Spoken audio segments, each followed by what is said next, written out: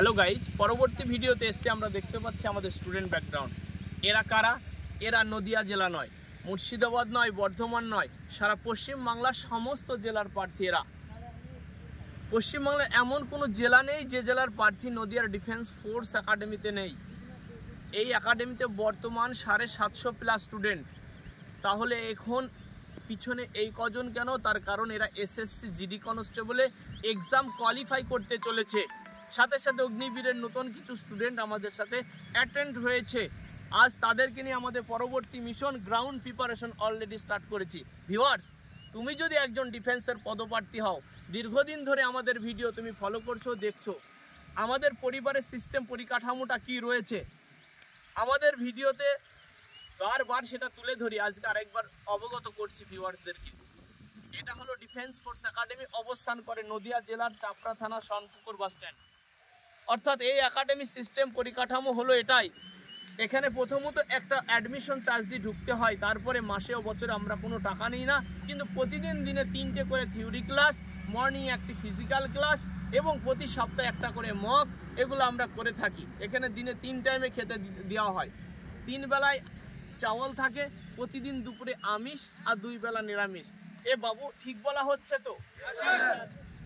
বাকি আমাদের স্টুডেন্টরা এভাবেই প্রিপারেশন পেয়ে থাকে। বিগত 1 বছরে এই একাডেমিতে প্রায় 50 জনেরও কাছে যারা সরকারি চাকরি পেয়েছে ডিফেন্সের বিভিন্ন পদে।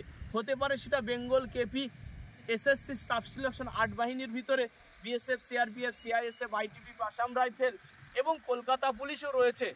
রিসেন্ট আমাদের স্টুডেন্টরা অগ্নিবীর চাকরি পেল, অলরেডি ট্রেনিংয়ে গেছে।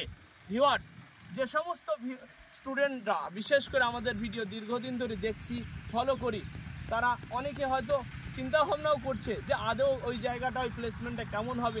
আমি তাদের জন্য বলছি, এরাও কোনো না কোনো বাড়ি থেকে বিলং করেছে, কোনো না কোনো ফ্যামিলি থেকে বিলং করেছে।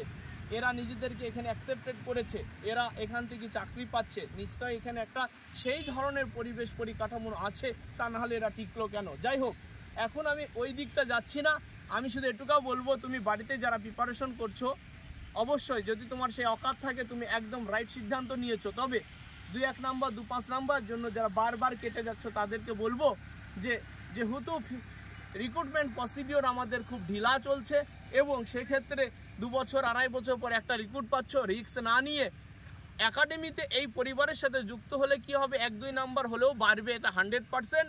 অর্থাৎ তুমি যদি 1-2 নাম্বারটা বেশি পাও আর ওই 1-2 নাম্বারে তোমায় চাকরি পাবে, তাই এক মুহূর্ত দেরি না করে আজই এখনই আমাদের পরিবারের সাথে যুক্ত হয়ে যাও। এতে তোমার সাকসেস পাওয়া, সফলতা হওয়া অত্যন্ত সহজ হবে। যাই হোক, ভিডিও লম্বা করব না। আমাদের ভিডিও শেষ পর্যন্ত দেখার জন্য অসংখ্য ধন্যবাদ। Thank you, all the best. Okay.